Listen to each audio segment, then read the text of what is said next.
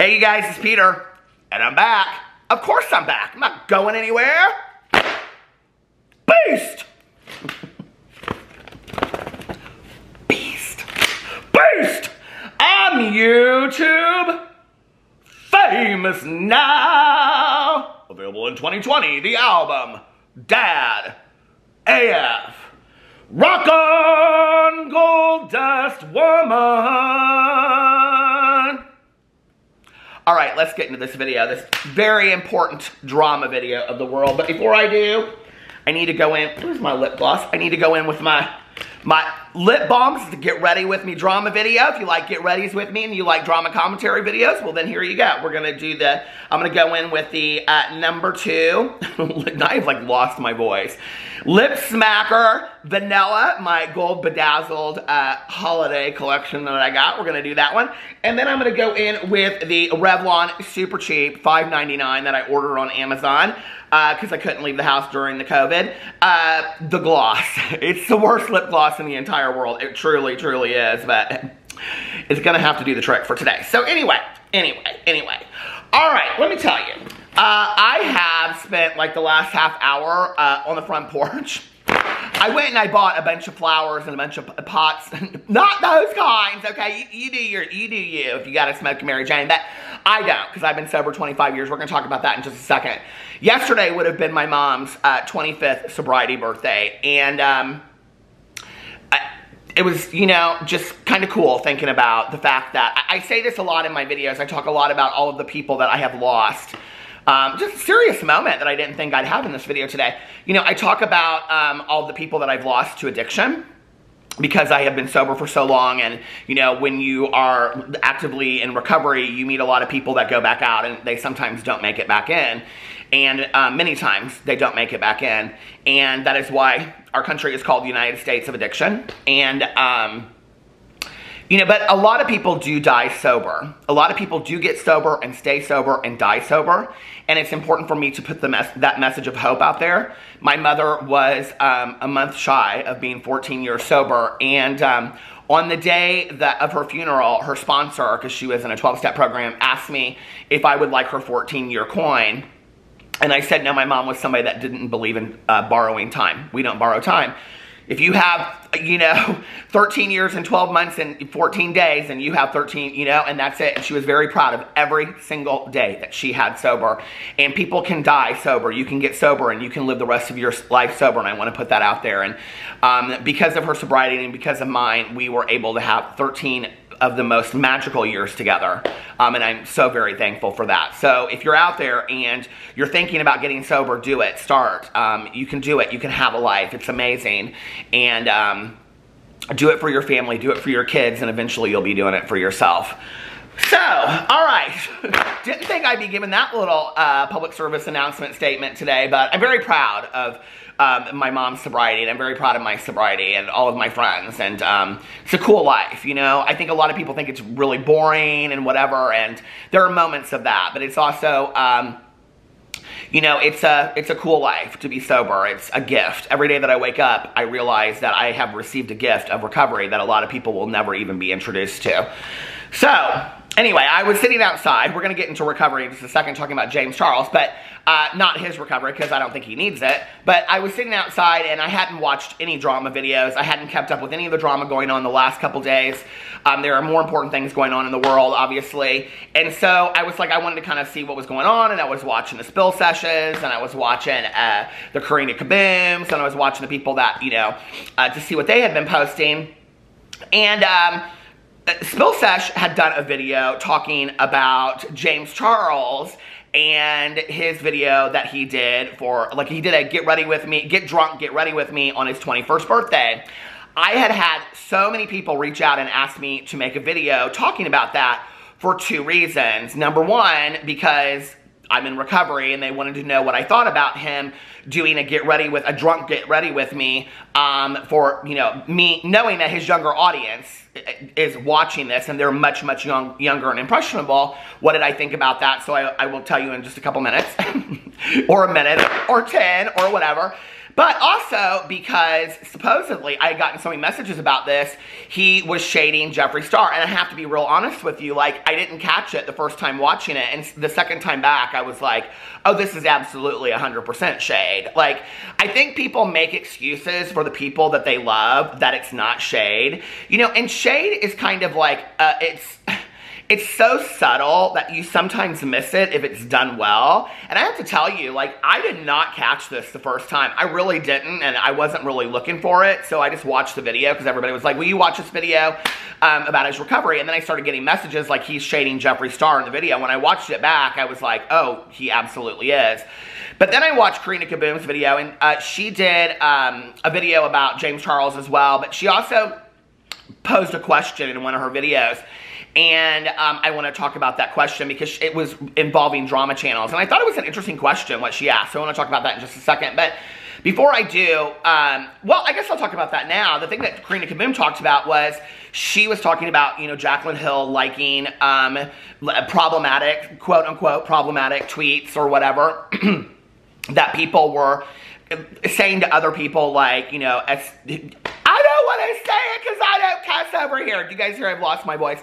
I don't cuss over here, okay? I just don't, because, well, I'm a good Christian and a good citizen, okay? But y'all need Jesus in your life. So anyway, you do. You need Jesus in your life. If you watch my vlog channel on my Peterisms channel, you know that that's the lie straight from the pit of hell. But anyway, but y'all, you do. You probably need Jesus. If you're watching my channel, I know you do. So anyway, I was watching her video. I don't even know what I was saying now. But anyway, I was watching her video, and she said something in the video about, you know, Jaclyn Hill and all these people, like, they've gotten more comfortable being problematic over the years, like on Twitter and Instagram and whatever, because of drama channels. And, like, at first, I had to watch it back like 3 times what she said. I didn't really understand what she was saying. I was very confused. And I realized that Karina does exactly what I did. She starts a point, and then she kind of ran off and, like, was like, forgot what she was saying halfway through, which she did. But basically what she was saying, and I got the, you know, I understood what she was saying, was basically what she was saying was that because drama channels exist, right, that these beauty influencers feel more comfortable being really problematic and, you know, whatever, that they can, like, you know, all of these hateful tweets and put out whatever they want, and they don't really care because it just makes more attention for them because of drama channels. Well, first of all, let's just be for real, okay? Ain't nobody watching Karina Kaboom and me anymore. They just aren't, okay? Me and Karina Kaboom, we're OGs of the drama community. But there are these channels out there now. I swear to God, every time I get on YouTube, there's a new drama channel that I've never heard of, that it'll have like 5 million subscribers, and every video they get is 750,000 views. I'm like, I think I maybe had one video that reached anywhere close to that in my entire, like, time of being on YouTube, right? So listen, Jaclyn Hill, she ain't real bothered with me and Karina. Let's just be for real, okay? That's the truth of the nature all day long. And I know that. I don't know if Karina knows that, but I know that, right? Anyway, but, you know, I was thinking about what she said, and I thought, you know, I think that was true 3 years ago. Like, I really do. Like, I think 3 years ago that was true, but I don't think that's true today. I don't think that beauty influencers give a rat's ass about drama channels at all anymore. I really don't think they do. I think what they've realized is that they can display this problematic behavior and they're really not held accountable to it. I mean, when you look at things that have happened in the last couple years, really, every major beauty influencer that has gone through some major scandal or done something really problematic, like Nikita Dragon is a great example of this, okay? Really has not suffered at all. Like, I mean, Nikita has done some really pretty problematic things. And, you know, like, I remember in Dramageddon 1, she really didn't even apologize. I don't know if people remember this, but, like, you know, everybody makes fun and remembers Laura Lee's apology video, which was horrific. I'm sorry, Laura, but it was, okay? It will go down in history as the worst apology ever and the invention of the gray sweatshirt. But, like, Nikita got off a plane and talked about having jet lag in an Instagram story. That was her apology. I covered it, I know, right? She never really apologized for anything. She never really came out and said anything. Then she has kind of switched friends. I mean, Nikita has switched friends left and right through this, you know, whole thing. And so she's a prime example of people not being held accountable for it, right? Jaclyn Hill, I'm done talking about the lipsticks, obviously, even though I still make jokes about it. But, like, she overcame this adversity with the lipsticks, and then she is now selling out other products. Her products are doing very well with Jaclyn Cosmetics and her Morphe collabs and all that kind of stuff. So it's like, it didn't have any kind of, it didn't make her suffer any, long-term thing, as far as, like, what happened. And I think that they all look at Jeffree Star and James Charles, who are at the top of their game and have probably gone through the most scandals of all of them combined, right? And they're at the top of their game. So there are, I think, different standards that these people are held to. I definitely believe that I think some people, couldn't get away with what other people do. Like, I think Jeffree Star gets away with a lot because people love the fact that he is problematic and that he's kind of like, F you to your face. And so I think that, like, people like that about him. So Jeffree is allowed to get away with a lot more than somebody else would, like a Nikki Tutorials. She couldn't come out and speak to somebody the way that Jeffree does, or people would be done with her. You know what I'm saying? So I don't think it's about drama channels. I don't think they really care about drama channels at all. I don't think they do at all. I think it's about, they realize that they're pretty untouchable. And they really are. I mean, like, whether we want to admit it or not, I'm somebody that believes if you have an issue with somebody, vote with your, your wallet or your purse. Like, don't spend your money on their products anymore. Don't watch their videos. Don't, whatever. Like, if that's how you feel, don't continue to support them. But they just continue to grow and grow and grow. And I have to tell you that one of the things that's been most baffling to me, sitting in the chair that I sit in, is how some of the most problematic people out there in the entire world just continue to, like, they are untouchable. They absolutely are untouchable, it seems to me. It seems like, I don't really know at this point what it would take for, and I'm not, and listen, I don't believe in canceled culture. I just don't, okay? Y'all watch who you want to watch, okay? But I wonder what it would take for people, and I'm not just talking about one, I'm talking about 3 or 4, okay? What it would take for someone to look at them and say, like, this is, like, we can see people's authenticity. We can see who they genuinely are through what's going on, right? But, like, I wonder sometimes what it's going to take for people to look at them and say, like, wow, I really see you. I see you, and I can't support this anymore, I do believe this, that the times, they are a-changing, and I do think that YouTube is changing along with everything else. And I think that this fakety, phony BS is it's gonna be gone before long. And these people that have made these half-assed excuses and just apologize stuff away without showing any real change, I think will be held accountable. I really do. I think that's coming. I really do. So anyway, I don't know. Let me know what you think about that. You think drama channels, like, you think these, there was a day back, I mean, we used to say, like, these beauty influencers depend on drama channels. That's not the case anymore. I mean, it just isn't. We're dust in the wind compared to them. I mean, we really are. All right, let's talk about James Charles and his drunkenness on this video. Okay, so first of all, I have to tell you, I went into this video thinking to myself, this is just all total transparency, that my video response to it would be that I thought it was really inappropriate that he did a get ready with me getting drunk on his 21st birthday for his younger audience. I thought that's what I would be able to come on here and say. But I thought that he did such a fantastic job at the beginning of the video. And this is where, like, the shade kind of comes in at the beginning of the video. But I thought he did such a fantastic job of addressing the fact that he, is of legal age in the United States. And there were a lot of comments in the video I saw that people were saying things like, like 14-year-old teenagers in Ireland are in the pub laughing right now and stuff. Because, in other areas of the world, we don't have as strict of drinking laws. But in the United States, we do. It's 21 years of age and older. And, I don't know what James has done behind the scenes. He said in the video, and this is the shade part with Jeffree Star, where he says, like, I'm not going to be somebody that says I've never had a sip of alcohol, because I definitely have. Something to that effect, he says, and we'll talk about that in just a second. I'm not somebody that really loves, for me, it's just not, I don't love being around a bunch of drunk people. It's not my favorite thing. I'll tell you, like, you know, if I go out, which I rarely do, well, obviously I haven't been out, you know, in a while, but as a sober person, even at 25 years, it's not because I will start craving it or I need, like, I don't feel today that I have that in my life. Like, I feel like the desire has been lifted from me. But if I were in that situation and I felt like it was dangerous, I would definitely call my sponsor or my support network and things like that. But if I go out, I decide that, number one, I'm always going to drive so I can leave whenever I want to leave, which is a good tool to use. But the other thing is, I'll get out about 12:30 or 1. You know, like, people will want to close the bars down at 4 o'clock in the morning, but about 12:30 or 1, they're, you know, I'm kind of like, I'm at that point, I'm like, I gotta go. You know what I mean? Like, you know, I'll have the person that'll be standing there and they'll tell me the same story 3 times, and I'm like, you know what I mean? And that's one of the big reasons why I don't go out anymore, because I just don't feel like I develop, I don't know, meaningful relationships and things like that in the way, I mean, I did in the past, I think, you know, but I don't anymore, and so I don't enjoy it.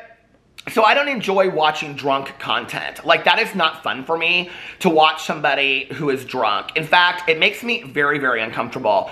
I remember watching a video that Shane Dawson did with Ryland, which I was just thinking about this the other day. Do you guys remember that Shane said when he, like, talked about, like, he came out with, like, dating Ryland, and he said they weren't going to do, like, you know, the boyfriend, he wouldn't be in his videos, and he wasn't going to be in a lot of his, you know, woo! That changed, didn't it? But anyway, we have our right to change all the time, don't we? But anyway, you know, I just don't like this drunk content. And I was thinking about this video that I saw with Shane Dawson and Ryland, and it was like after they had gone out and they were sitting at home and they were talking on the couch and whatever, and like, it was fine. It was kind of funny, you know, or whatever. But it's just like, I don't enjoy that. It makes me uncomfortable. I think there's maybe a few videos out there that I've watched through the years that somebody's drunk in them that I thought was kind of funny or whatever, but, like, I don't like watching it. Especially when it's somebody who I've seen so much sober that then to see them drunk. I will say the one issue that I had was, I don't know if it was on Twitter or where it was, I ain't got my receipts, I don't know, but James referenced something about, like, he forgot how the video ended or something because of blacking out. Now, that is kind of a serious issue to me, and I will tell you why, because blacking out is something that is consistent with hardcore, it's scary, okay? I was a blackout drinker. I was somebody that every time I drank, I blacked out, and what that means is you don't pass out, you black out, and that you continue to function, right? But you don't remember of any of it. You might remember bits and pieces. You're literally like, you're gone, you know? So that was kind of scary to me, that was the level of drunkenness that he was. But I will say that it seemed to me that he had good friends that were around him taking care of him. And, you know, I liked that he came out and he addressed the video at the beginning of it, that it was, you know, not for people that were under 21, and that he acknowledged that he had a much younger audience. He acknowledged that. I thought that was great, you know? Do I think that that's going to keep people from watching the video that are younger and we're going to want to get drunk like James Charles? No, I don't. You know, and that's the problem with this, right? So then the question was the video necessary? And I don't know. Like, to me, probably not. Like, do I think that he did it the best? If he was going to do it, do I think that he did it in the most considerate and in the best way possible? Yes. Do I think the video was necessary? No.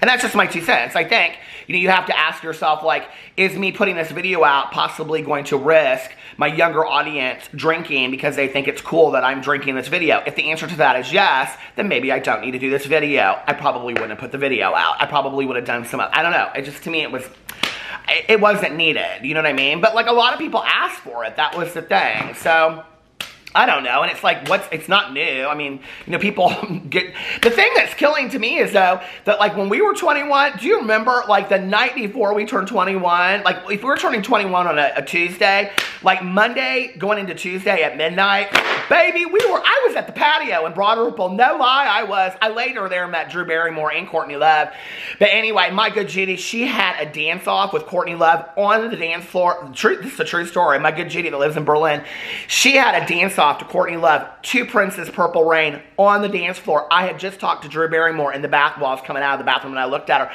and that was when Drew Barrymore was dating a member of the band Hole. Anyway, that was around my 21st birthday. Penny Beer Night, true story. The patio in Broad Ripple. So, I mean, we all have the stories, you know what I mean? I wasn't thinking about no get readies with me back then. But anyway, then I watched it back, and I was watching this part, where he supposedly, you know, shades Jeffree Star. Now, if you want to see Spill Sesh, she's got it all over there, or he. People are speculating who that is. I don't know. I've heard so many names at this point. I don't really care. Just do your thing. But anyway, but Spill Sesh had all these video clips of Jeffree Star. That's a lot of work. That's why I'm a commentary channel. I'm not one of the meme channels. That's a lot of work, my lord. No, ma'am. Anyway, so I was sitting there and I was watching this, and Spill Sesh has a lot of the video clips of Jeffree Star saying, like, I've never drank, I've never drank, I've never drank, I've never drank, never had a sip of drink, never had a drink, whatever. And James Charles basically says the opposite of what he says. I mean, almost word for word, okay? Almost word for word. And when I watched it back the second time, I was like, what? No, like, okay, this is total shade. Yes, James is shading Jeffree Star, and he doesn't care because he's surpassed him in subscribers. And as much as people want to think that this isn't about subscriber count, this is a lot about subscriber count, trust me. This is about being the king of the mountain. That's what it's about, trust me. Anyway, let me know what you guys think about all this in the comment section below. I love you guys, and I will talk to you tomorrow. Bye.